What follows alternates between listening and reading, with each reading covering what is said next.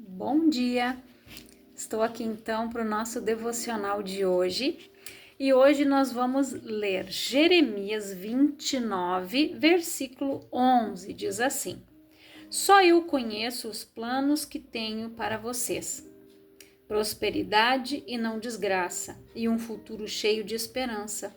Sou eu, o Senhor, quem está falando. Então vocês vão me chamar e orar a mim e eu responderei. Vocês vão me procurar e me achar, pois vão me procurar com todo o coração. Depois nós vamos ler outros versículos. Mas para que você entenda aqui, Deus, Ele sempre quer o melhor para cada um de nós. Se Ele não quisesse, Ele não teria mandado Jesus morrer na cruz. Só eu conheço os planos que tenho para vocês. Só Ele sabe. O futuro promissor que Ele sonhou para mim e sonhou para cada um de vocês. Deus, Ele fez planos para nós. A palavra diz que os planos do Senhor não podem ser frustrados. Nós, seres humanos, nós nos frustramos quando nós ouvimos um não, quando não realizamos um sonho que achamos que para nós seria bom, benéfico, mas na realidade não é. E se nós quisermos realizar sonhos que não sejam de acordo com a vontade de Deus, eles não vão se concretizar. Nós que conhecemos a palavra, gente, Deus sabe o que é melhor para nós.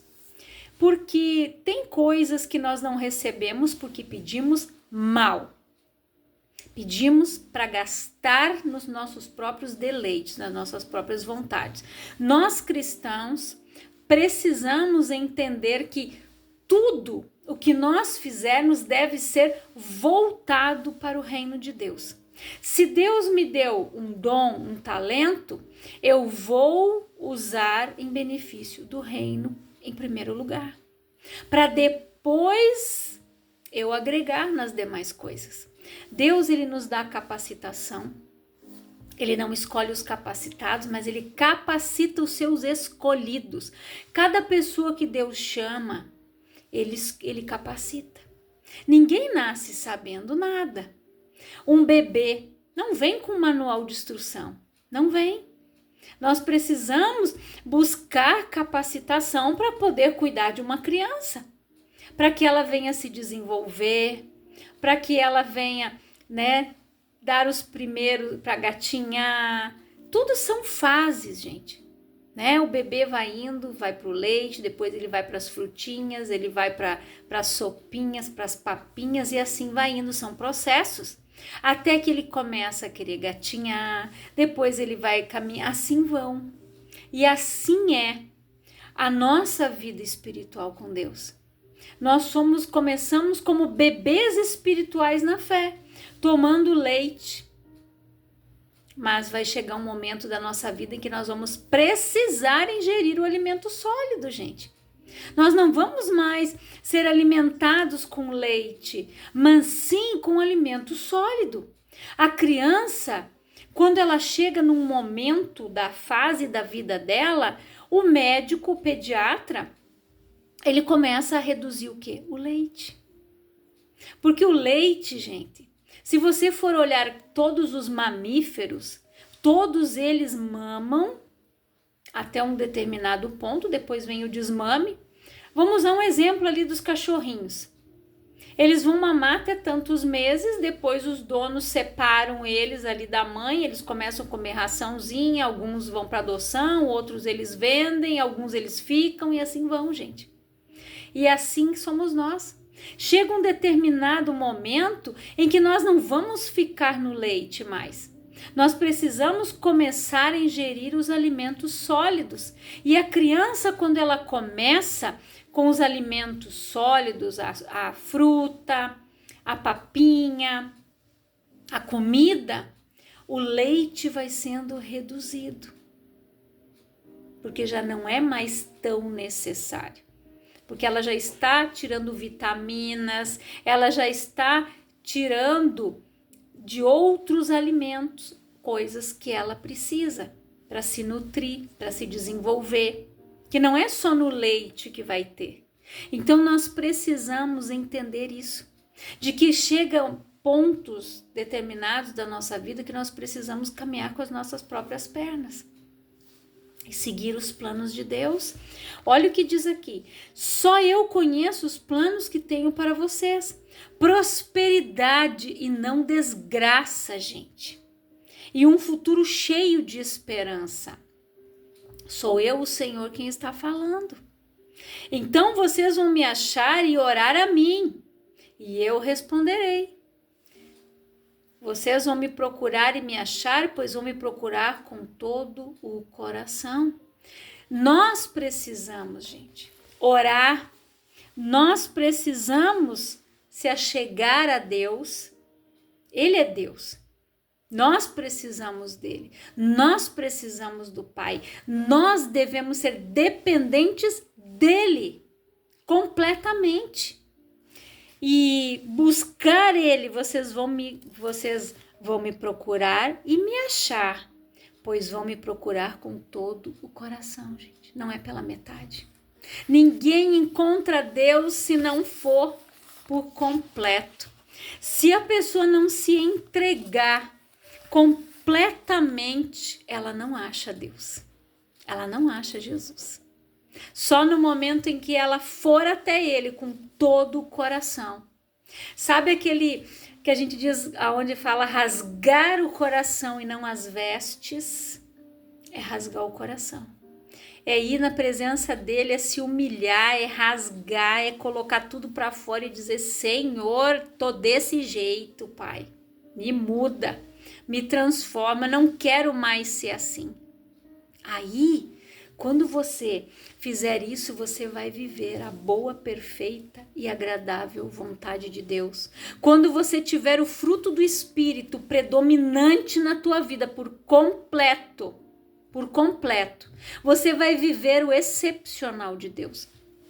E eu quero ler com você aqui, deixa eu ver onde eu marquei aqui, Romanos 5, no versículo de número 17, diz assim: é verdade que por causa de um só homem e por meio do seu pecado, a morte começou a dominar a raça humana.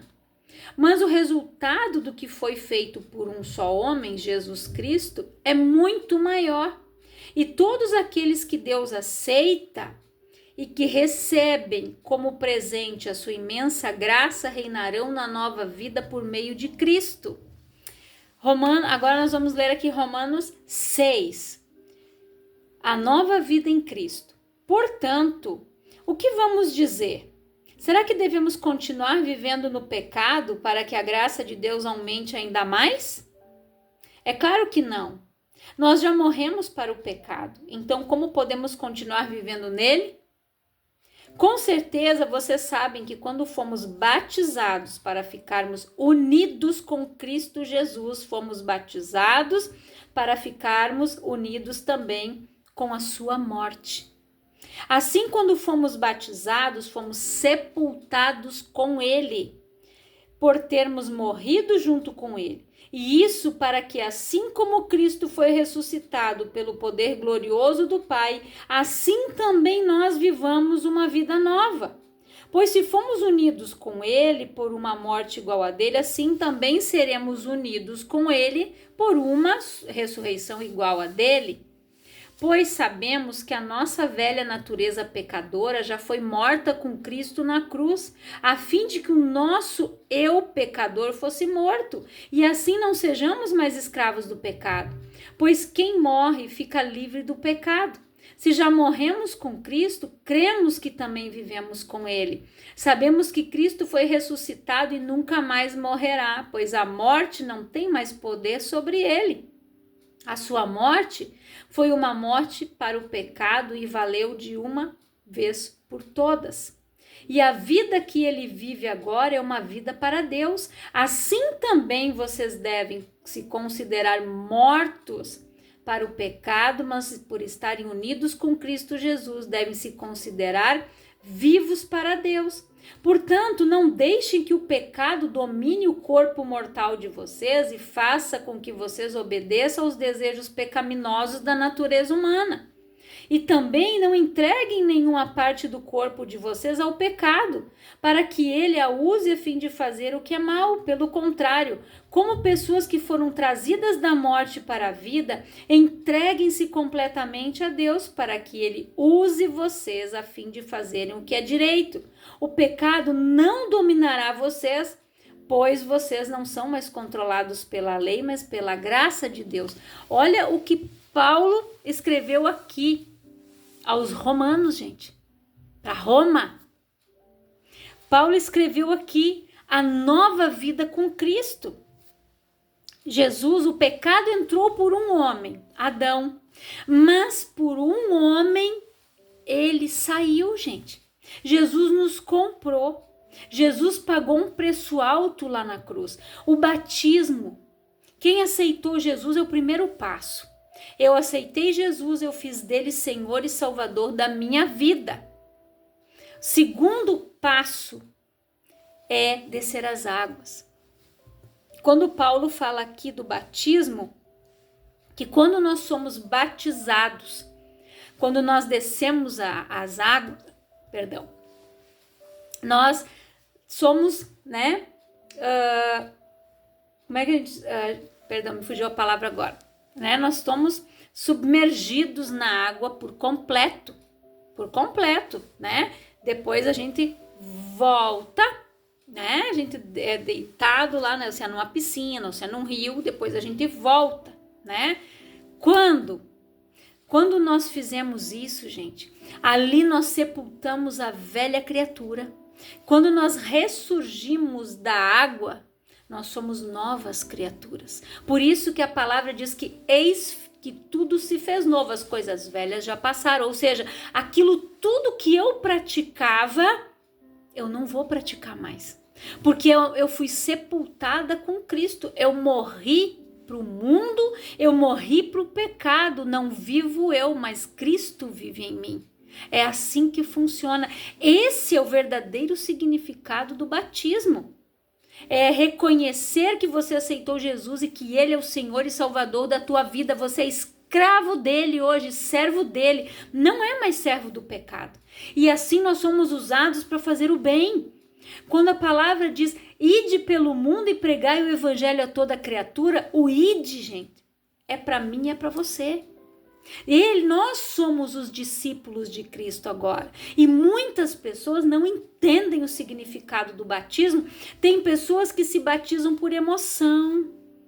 Eu vou me batizar porque eu vim para a igreja agora, o meu namorado, o meu marido, a minha esposa, eu vou me batizar. Mas nem sabem o real sentido do batismo. Toma um banho, como nós costumamos dizer. Batismo, gente, é algo muito sério. Eu tenho que entender que eu morri para o pecado, que hoje Cristo vive em mim, não vivo mais eu. Eu tenho que viver a vida de Cristo, seguir os ensinamentos, andar de acordo com a palavra, viver o que ela diz. Aí depois, o próximo passo, que não é nada que deve ser seguido à risca, é o buscar o batismo do Espírito Santo. Eu conheço pessoas que foram batizadas pelo Espírito Santo antes de descer as águas. Tudo vai da busca, da entrega daquela pessoa. Ela quer ser cheia do Espírito.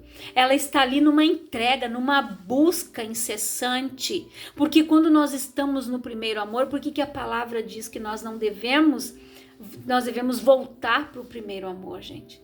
Porque muitas pessoas, quando deixam o amor esfriar no seu coração, elas apostatam da fé, elas se afastam. Qualquer coisa é motivo para fazer com que ela saia da igreja, com que ela se afaste de Deus. Ela coloca a culpa em alguém e Deus paga o pato.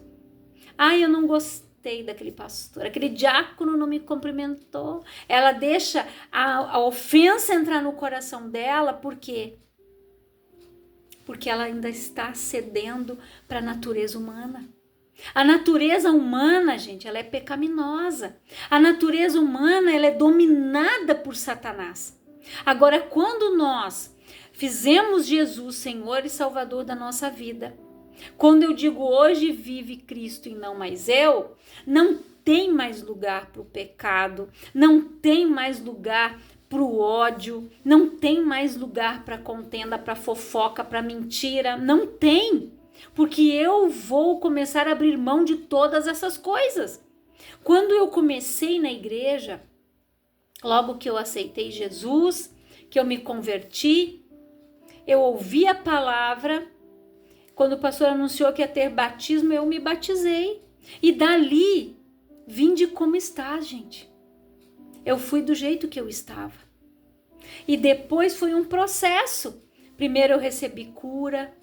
Aí o Espírito Santo começou a trabalhar no meu coração. Filha, você precisa abandonar isso. E eu fui abandonando. Eu abri mão do pecado, da fornicação. E comecei a viver uma vida nova em Cristo. Até que Deus me limpou, Deus me purificou e eu me dediquei completamente para a obra, para buscar a Deus. Aí passaram-se alguns anos, aí que Deus me apresentou meu esposo, porque eu estava em oração. Mas eu precisava passar por aquele processo de transformação. Eu estava saindo do pecado, onde eu afoguei o velho homem ali, quando eu desci a água do batismo. Mas foi um processo, gente. Ninguém desce a água, desce ali no batismo com tudo 100%, não. É ali que começa o nosso processo. Eu aceitei Jesus, hoje vive Cristo e não mais eu. Hoje eu sou escravo de Cristo e eu vou começar a fazer as coisas que o Espírito Santo me orientar, porque é Ele que vai me convencer da justiça, do juízo e do pecado. E é automático, gente. A transformação. E conhecereis a verdade vos libertará. Eu conheci pessoas que chegaram na igreja de mini saia, de mini blusa. E Deus não faz acepção de pessoas, Ele não vai olhar para a tua veste. Mas aquelas pessoas começaram a ouvir a palavra. Quando a gente viu, elas começaram a vir com uma blusinha mais compridinha, com a barriga coberta, uma bermuda ou uma saia um pouquinho mais compridinha. Por quê? Porque elas começaram a entender que a pessoa que é casada, estou usando esse exemplo, gente, ela deve mostrar o corpo dela para o esposo e para a esposa. Não expor para o mundo lá fora. Mas ela começa a ser moldada automaticamente. Ninguém chegou nela e disse, ó, você não pode entrar com essa roupa aqui. Quantas vezes eu estava na porta, gente, recebendo as pessoas, e um dia um senhor bateu na porta e eu disse, entra. Eu vi que ele estava olhando, eu disse, entra. Não, mas moça, eu estou de bermuda, eu estou de regata. Eu disse, o senhor está sem roupa? Não. Daí ele começou a rir, eu disse, então, entra e ouve a palavra. E ele entrou. Só que ele, por quê, gente? É por temor de Deus. Ele achou que por ele estar de bermuda e com uma regata, ele não podia entrar na igreja. Mas isso era temor de Deus. Aí eu disse, mas o senhor está vestido, por acaso o senhor está sem roupa? Não, é verão, então entre. E é assim que Deus trabalha, vinde como estás. Ele ficou numa alegria tão grande, quando eu disse para ele entrar, eu disse, mas tem outros irmãos de bermuda ali. Ninguém vai olhar para suas vestes. E ele veio, sentou nos últimos bancos e ficou ouvindo a palavra. É a palavra que liberta. Não é o pastor que vai chegar para você e vai dizer, irmão, tu não pode entrar com essa roupa aqui, jamais. É o Espírito Santo que vai trabalhando. Um dia eu me lembro que uma irmã chegou na igreja e levou uma garota de programa. Tinha muitas aonde, no bairro em que ela morava, ela passava por postos de gasolina e outros lugares. E ela disse, nossa, irmã, sempre Deus coloca alguém assim no meu caminho para me evangelizar. E ela foi com aquela moça para a igreja. Ela chegou lá de mini saia, com vergonha, não queria entrar. Aí eu abracei ela e eu disse, seja bem-vinda em nome de Jesus. E daí a irmã disse, não queria vir, irmã, por causa da roupa. Eu disse, minha querida, Deus não quer olhar para tua roupa. Jesus quer o teu coração. Aquela mulher encheu os olhos de lágrima quando eu falei aquilo para ela. Dei um abraço nela, emprestei uma Bíblia para ela, ajudei ela, auxiliei ela a abrir a Bíblia conforme o pastor ia dizendo, abre tal texto, tal capítulo, tal versículo, e ela se sentiu acolhida.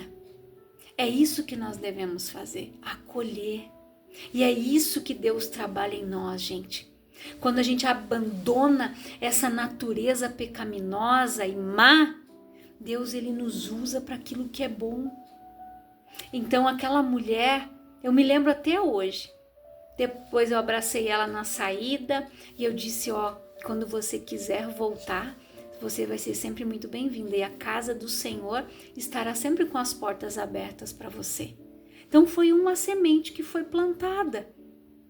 Eu não fiquei olhando para ela de cima a baixo. Quem sou eu para julgar? Eu não conheço a história dela. Eu não sei a criança que ela foi para a adulta que ela se tornou.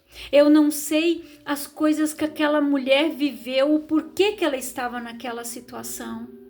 Ninguém vai para a vida por gostar, não.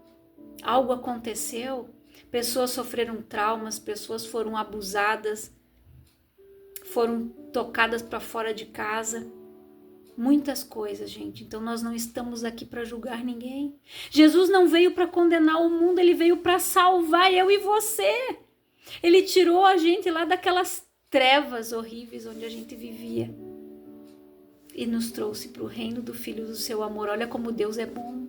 Olha como Deus nos ama. Ele tem um futuro promissor para mim e para você. Ele quer que essas pessoas sejam acolhidas. Ele quer que essas pessoas abandonem aquele pecado. Deus abomina o pecado, mas ele ama o pecador. Tanto que ele nos amou no pecado que ele mandou Jesus morrer lá naquela cruz. Ele disse, vai lá, filho, tem que ser você. E quando a gente faz dele Senhor e Salvador da nossa vida, nós entregamos a nossa vida para Cristo, quando nós deixamos que Cristo viva em nós verdadeiramente, quando a gente desenvolve o fruto do Espírito na nossa vida, nós vivemos o extraordinário, o excepcional de Deus. Nós conseguimos passar em meio a uma má notícia, dando glória a Deus. Lembra aquele louvor, né, do Lázaro? Estou passando pela luta, dando glória a Deus? Pois é, gente. Quando nós estamos assim, nós passamos pela luta, dando glória a Deus. Porque nós sabemos quem guerreia as nossas guerras. Nós sabemos que temos um Deus, sabemos que nós vamos ter aflições, porque Jesus disse, no mundo tereis aflições, tende o bom ânimo, eu venci o mundo.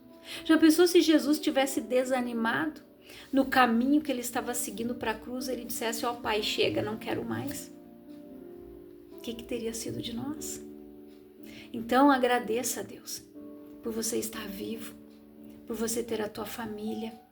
Por mais que você passou por momentos difíceis, tragédias, furacões, tempestades, tantas coisas se levantam na nossa vida no decorrer da nossa caminhada. Mas se nós estamos em Cristo e nós sabemos que Ele está ali, Ele acalma a tempestade, nós podemos lançar a nossa ansiedade para Ele e dizer, cuida Jesus, cuida de mim. Lançando para Ele toda a vossa ansiedade, porque Ele tem cuidado de vós. Então, quando a coisa está apertando, diz Jesus, cuida aí, Pai. Toma essa ansiedade aí, porque para mim tá demais. Troca, o meu fardo é leve. Já pensou? Você entregar o teu fardo pesado e Ele te dá o dele que é leve. Vinde a mim todos os que estão cansados e sobrecarregados e eu vos aliviarei. Vinde! É nós que temos que ir, gente. O primeiro passo quem tem que dar é nós. Deus já deu. Deus lá atrás, Ele mandou Jesus morrer na cruz. Você quer passo maior que esse, amor maior que esse? Então a única coisa que nós devemos fazer é escolher Cristo, aceitar Cristo e fazer dele Senhor da nossa vida, nos tornar escravos dele e não mais de Satanás e do pecado. Que você reflita nesta palavra. Que o Espírito Santo fale mais ao teu coração. Eu quero orar com você, Pai. Em nome de Jesus, eu oro por todas estas pessoas que vão ouvir esta palavra. Que o Senhor, Pai, opere milagres na vida delas, que elas sejam libertas verdadeiramente, que elas aceitem Jesus, que elas conheçam o verdadeiro significado do batismo, que elas abandonem o pecado e que elas deixem que o Senhor as use para o bem, para aquilo que é bom, e que elas possam viver o futuro promissor que o Senhor tem para cada uma delas, Pai. E eu oro pelo nosso Rio Grande do Sul, eu oro, Senhor, pelo Brasil, oro, Pai, por Israel, por todas estas pessoas que estão passando, Pai, por situações difíceis, por momentos de dor, que o Espírito Santo possa estar consolando e que esse povo, Pai, sinta o abraço, o cuidado do Senhor em cada detalhe, em tudo aquilo que o Senhor está provendo para elas. Que o Senhor venha fazer, Pai, cessar estas águas e que esse povo possa voltar para os seus lares e que possam recomeçar e reconstruir, Pai, novas casas, reconstruir as suas vidas e que o Senhor venha confortar o coração de todos aqueles que perderam seus entes queridos. Esta é a minha oração e que Deus abençoe a tua vida grandiosamente.